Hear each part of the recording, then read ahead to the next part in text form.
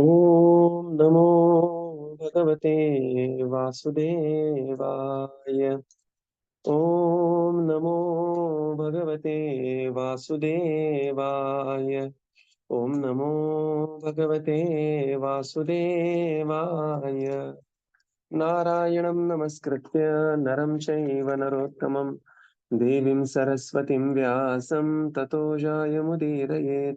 नष्टप्रायेषु अभद्रेषु नित्यं भागवत सेवया भगवती उत्तमश्लोके भक्तिर्भवति नैष्टिकी ॐ अज्ञानतिमिरन्धस्य ज्ञानाञ्जनशलाकया चक्षुरुन्मिलितं येन तस्मै श्रीगुरवे नमः श्रीचैतन्यमनोभीष्टं स्थापितं येन भूतले स्वयं रूपकदा मह्यं ददाति स्वपदान्तिकम् नमो विष्णुपादाय कृष्णप्रेष्ठाय भूतले श्रीमते भक्तिवेदान्त स्वामीनिति नामिने नमस्ते सरस्वते देवे गौरवाणी प्रचारिणे निर्विशेष शून्यवादी पाश्चात्य देशतारिणे जय श्री कृष्ण चैतन्य प्रभो नित्यानंद श्री अद्वैत गदाधर श्रीवासादि गौर भक्त वृंद हरे Krishna Krishna Krishna Hare Hare Hare Ram Ram Ram Hare Hare.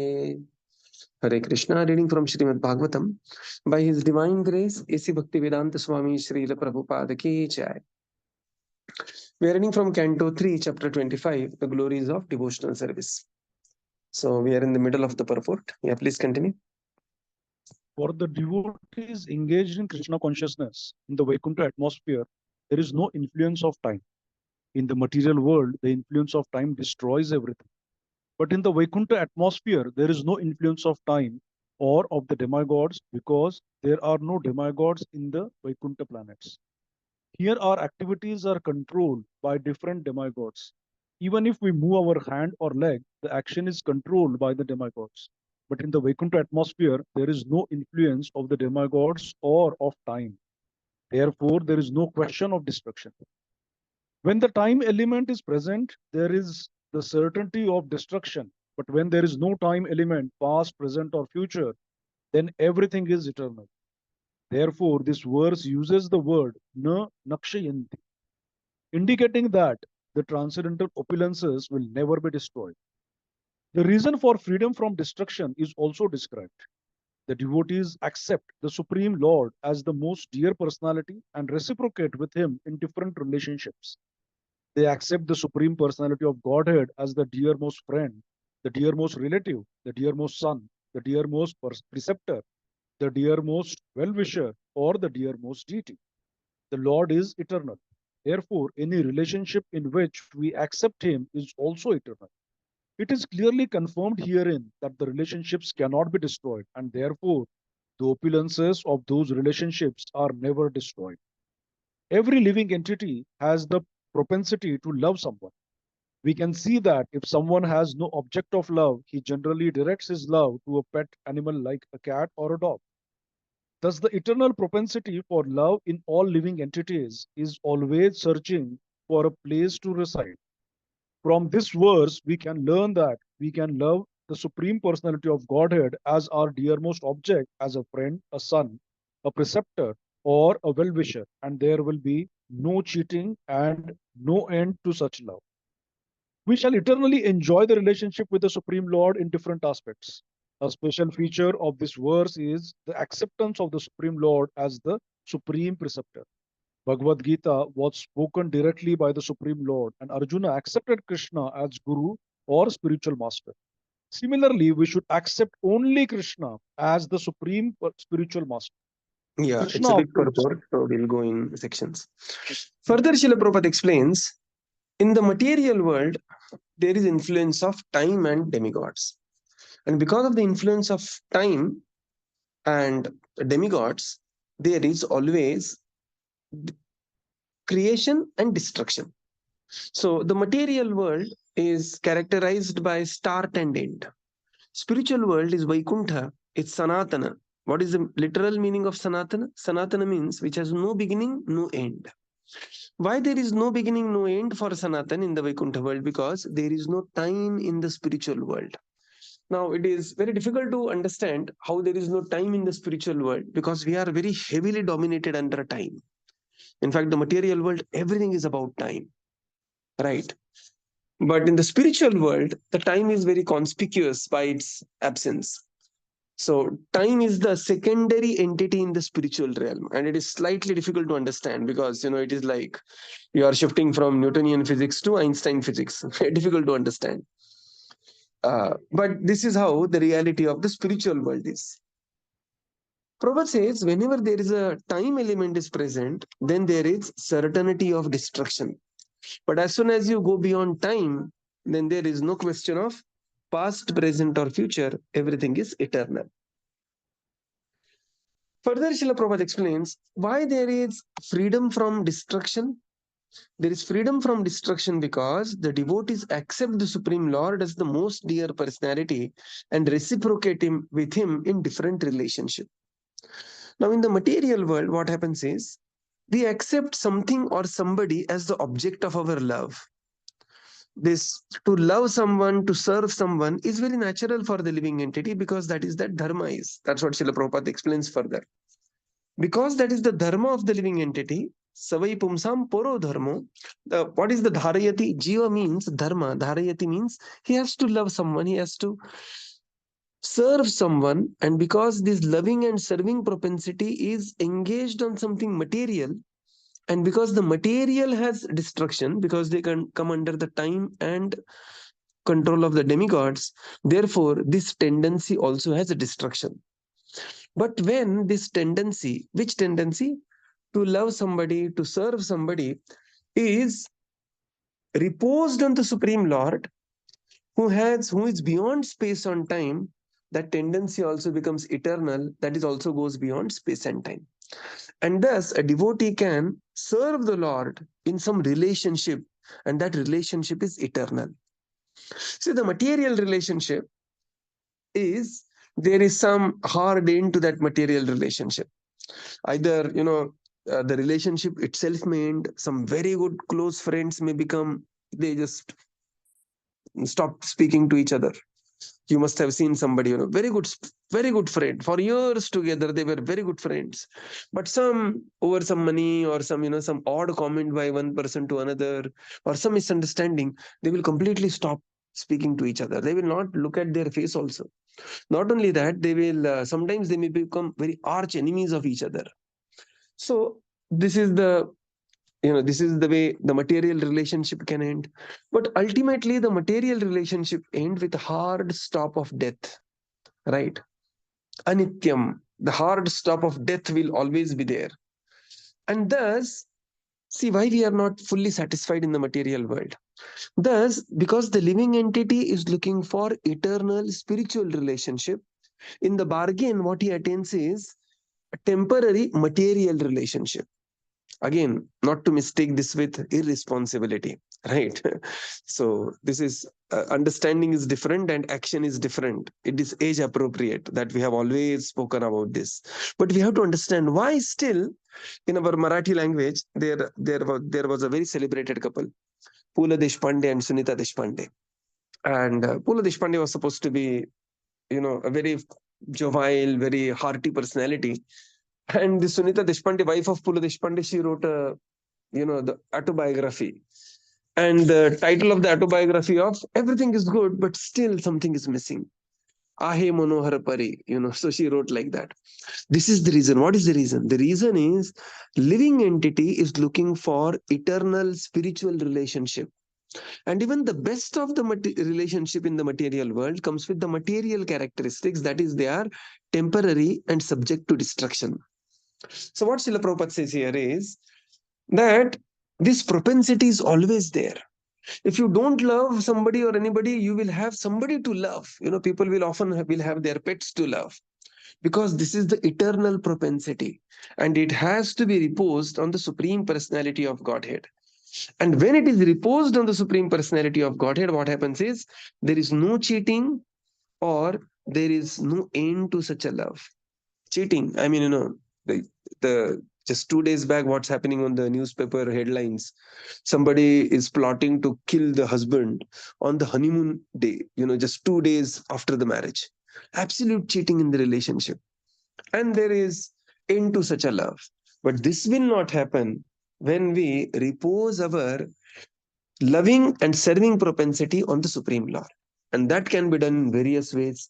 That can be done in Shantaras, Dasyaras, Sakyaras, Vatsalyaras, Madhuryaras, so on and so forth. So Prabhupada says the special feature of this verse is that here the Lord is also accepted as the Supreme Preceptor. Vande Krishnam Jagat Guru. Right.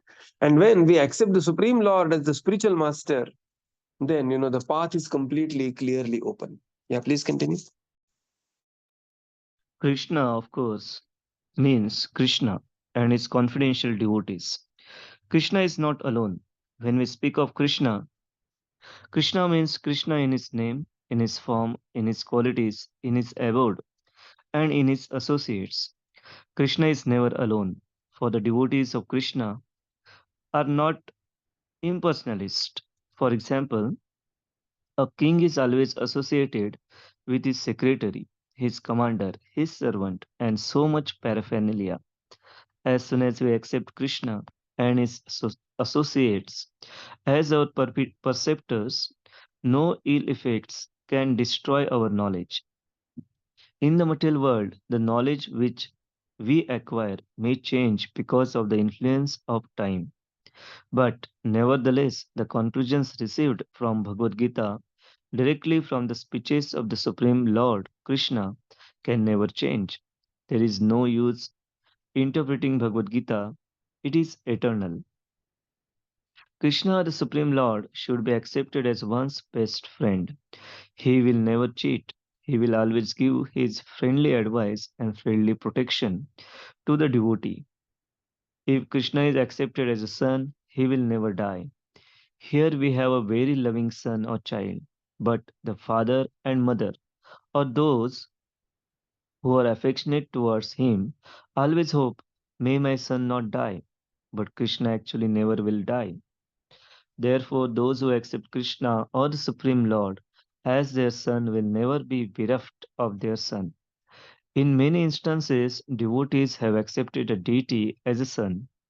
In Bengal, there are many such instances, and even after the death of the deity performs a Shraddha ceremony for the father. The relationship is never destroyed. People are accustomed to worship different forms of demigods. But in Bhagavad Gita, such a mentality is condemned. Therefore, one should be intelligent enough to worship only the Supreme Personality of Godhead in its different forms, such as Lakshmi Narayan, Sitaram, and Radha Krishna. Thus, one will never be cheated. By worshipping the demigods, one may elevate himself to the higher planets. But during the dissolution of the material world, the deity and the abode of the deity will be destroyed. But one who worships the Supreme Personality of Godhead is promoted to the Vaikuntha planets, where there is no influence of time, destruction, or annihilation. The conclusion is that the time influence cannot act upon devotees who have accepted the Supreme Personality of Godhead as everything. So further, Srila Prabhupada explains, Krishna, when we say Krishna, Krishna means Krishna and the paraphernalia. Right. So Krishna is never alone.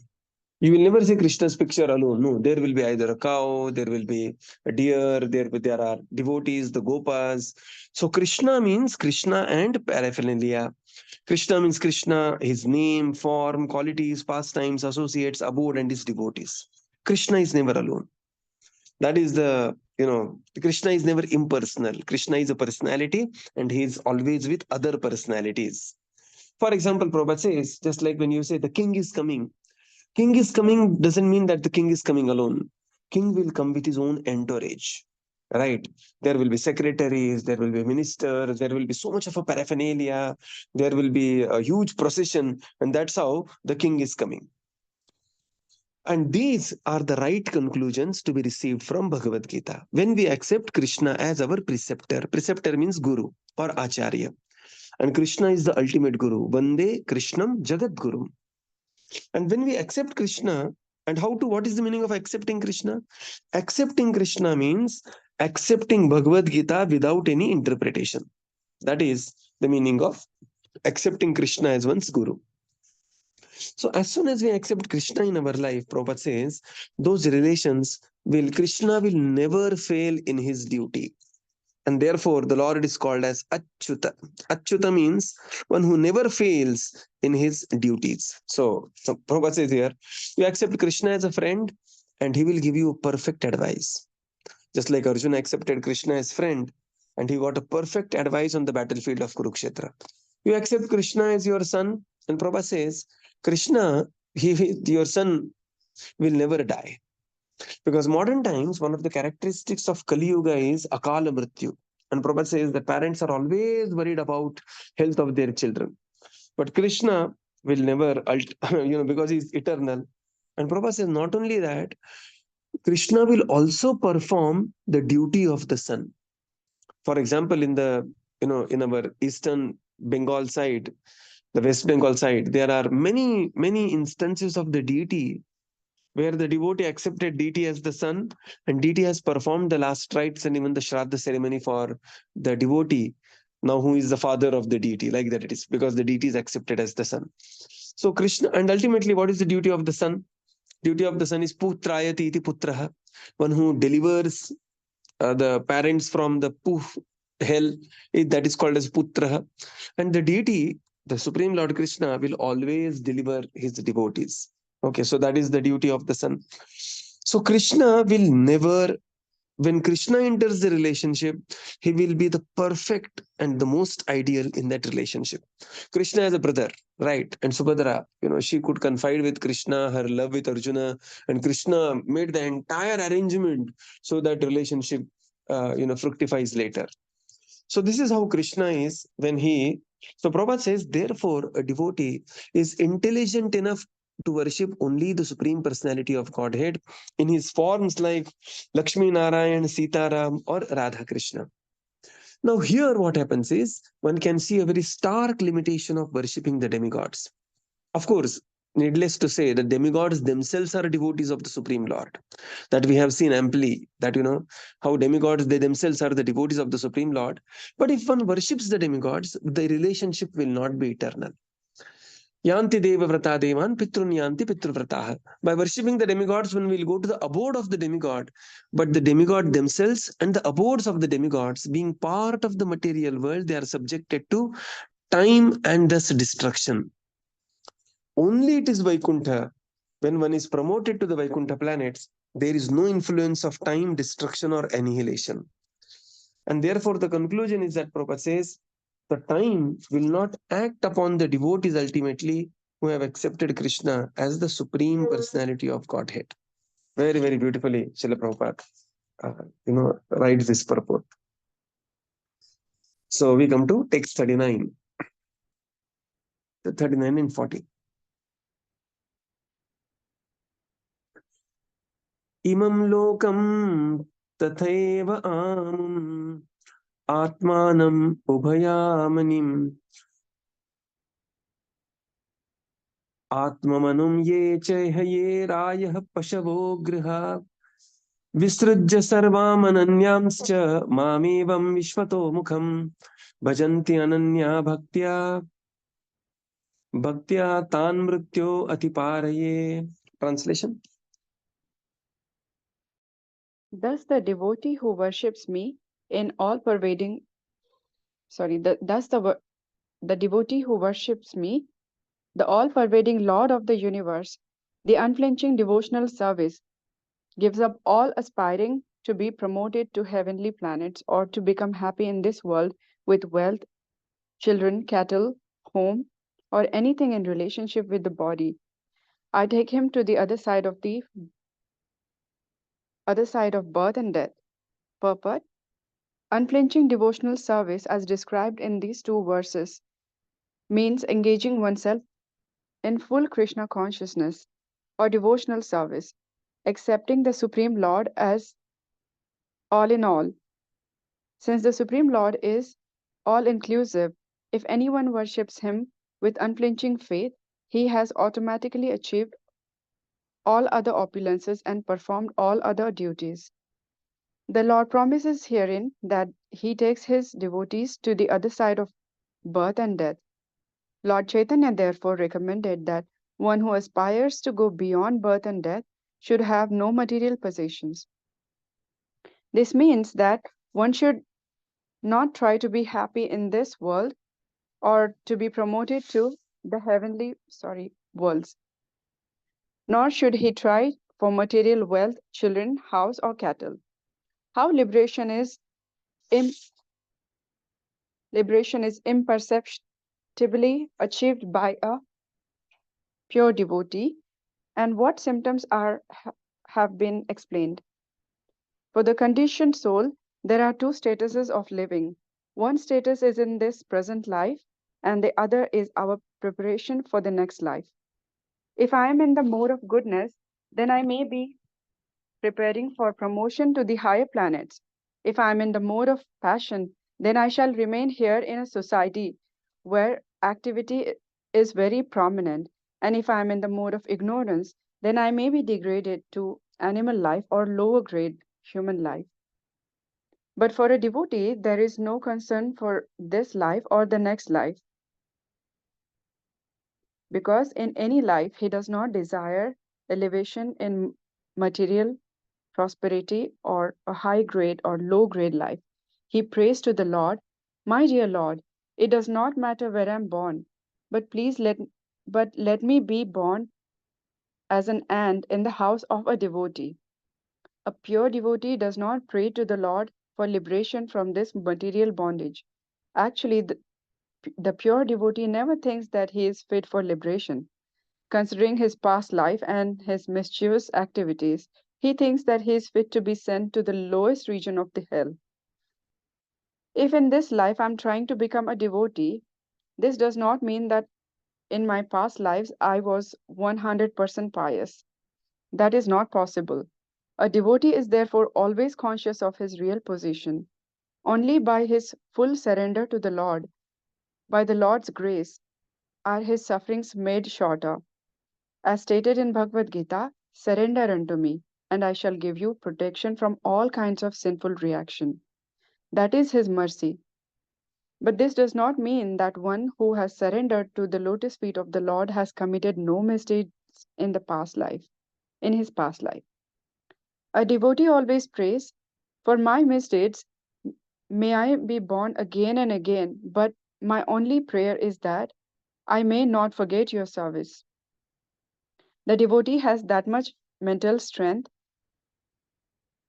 and he prays to the Lord, "May I be born again and again, but let me be born in the home of your pure devotee, so that I may again get a chance to develop myself."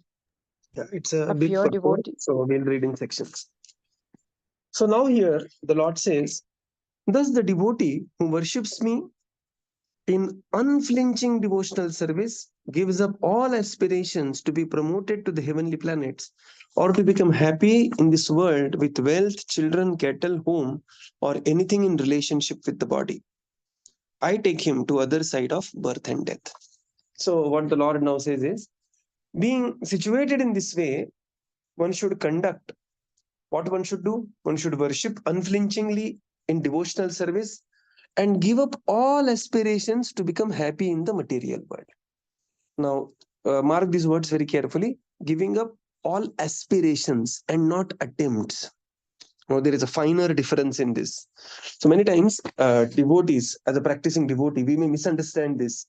And devotee may think that, oh, what is the use of wealth? What is the use of children? What is the use of money? That is not the point here, right? So Bhagavad Gita paradigm has to come in here in this case. So here it is specifically talked about Shuddha Bhakti and Nishkama Karma Yoga, both. One has to perform one's duties extremely well, but do not exchange happiness in the return of one's duty, right? Like one has to take care of one's children very well without expecting happiness from them. One has to do one's job very well. So this is the finer balance of Bhagavad Gita is being spoken in this verse. In the purport, Srila Prabhupada says, unflinching devotional service is described in these two verses, where the Lord is asking his devotee, means here the Kapila Muni is conveying this to Devahūti and to all of us, that one should worship the Lord with unflinching faith. What is the meaning of unflinching faith? Unflinching faith means Shraddha Shabde Vishwas Kahe Shuddruda Nischay Krishna Bhakti Kaile Sarva Karma Krita Hai. That for my spiritual emancipation, for my spiritual elevation, there is no other path required than Shuddha Krishna Bhakti. So I will be performing my Varnashrama activity very well, which is according to my psychophysical nature, and I will be performing my the devotional activities very well. And once one is engaged in such a devotional service, then the Lord promises that he will take his devotee beyond the cycle of birth. So this is the personal promise of the Lord. So Srila Prabhupada quotes here Chaitanya Mahaprabhu. He says that Chaitanya Mahaprabhu therefore recommended that one who aspires to go beyond birth and death should have no material possession. Nishkinchanasya bhagavan bhajanon mukhasya param param jigimishor bhavasagarasya. That one has to cross over the bhavasagar. One should be nishkinchana. What is the meaning of nishkinchana? Nishkinchana doesn't mean having no material possession. That is the literal meaning of nishkinchan. That means no possessive mentality. Right? He doesn't think he's the proprietor. He thinks he's the trustee of the wealth, and he has to do very well with the wealth and to be engaged in the service of the devotees, in the service of the Supreme Lord. So that is the meaning. This means that one should not try to be happy in this world or to be promoted to the heavenly planets, nor should he try for material wealth, children, house, or cattle. So this is the meaning of nishkinchana, that one has to perform one's duty very well, but one should not, look for the happiness in the material world. So, as soon as we look for the happiness in the material world, what happens? That becomes very, very expectant. And then, the natural response of the material world to any expectation is, a frustration. Further, Srila Prabhupada explains that the living entity generally has the two statuses of living. One is worried for the present life, and then he is concerned for the next life. And that's why, there are three ways of acting. Somebody is acting in the mode of goodness, urdhvam gacchanti sattvastha, they will be promoted to the higher planets. Somebody who is acting in the mode of passion, madhye tishtanti rajasa, they will be continuing with their existence in the human society. Jaganya guna vrittistha adho gacchanti tamasa. But if one is conducting oneself in tamoguna, then one will fall either to the lower animal species or one will fall to the lower modes of the human beings. So this is how. So considering this, one should not think that I will always act in the mode of goodness so that I will go to the heavenly planets and enjoy there in the next life. That is not the aspiration of the devotee. Devotee is in the mode of goodness, but so that he can transcend even the mode of goodness and come to Shuddha Sattva platform, aspiring for always engagement in devotional service. So Prabhupada says, for a devotee, there is no concern for this life or the next life, because in any life he does not desire elevation in material prosperity or a high grade or a low grade life. He prays to the Lord, my dear Lord, where I am born, let me be born in the house of the devotee and the association of the devotee. Now Srila Prabhupada makes a very powerful point here. Prabhupada says, simply becoming devotee in this life doesn't mean that we have never sinned in our past.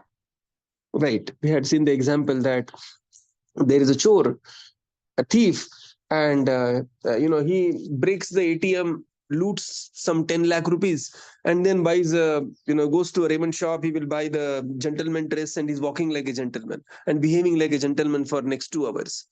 Yeah, currently 2 hours he is behaving like a gentleman, but that doesn't mean that he was not a thief in the past. So as a Prabhupada says, a devotee is humble enough to appreciate and acknowledge that I also have my past life where I have committed many sinful activities in my past life. And Prabhupada says, therefore, that does, somebody is becoming a devotee doesn't mean that he has not committed any mistakes in the past. A devotee is always conscious of his mistakes in the past, and thus he prays to the Lord. tatenukampa susamikshmano bhunjana evatma krutam vipakam. One who is aware of atma krutam vipakam, one who is aware of the sinful activities performed by oneself in the previous life. And thus, what he does, he always prays to Supreme Lord, my dear Lord, let me never forget you and never forget your devotional service. Of course, because the devotee surrenders to the Supreme Lord, and this is the Lord's promise, Sarva Dharman Parityajya, Mamekam Sharanam Vraja, Aham Tvam Sarva Papebhyo Mokshayishyami. Prabhupada says, by the mercy of the Lord, the devotee's sufferings are made shorter, but the devotee is aware that this is the mercy of the Lord and it is not to my credit. And thus, thinking like this, devotee always prays for the association of the devotees, and he is not concerned about the happiness and distress which are anyway going to come by one's, by one's karma and the cycle of, the laws of the material nature. So we will conclude here and continue tomorrow. Srila Prabhupada ki jai, Gaura Bhakta Vrinda ki jai. Thank you, Prabhupada. Thank you, everyone. Hare Krishna. Prabhuji, thank you everyone. Thank you, Prabhupada. Thank you, Prabhuji. Hare Krishna. Hare Krishna, Thank you, Prabhuji. Thank you, Prabhupada. Thank you, Prabhuji. Thank Prabhuji. you, Prabhupada. Thank you, Hare Prabhuji. Krishna. Hare Krishna. Hare Krishna. Thank you, Prabhuji. Hare Krishna. Hare Krishna. Thank you, Prabhupada. Thank you, Prabhuji. Thank you, everyone.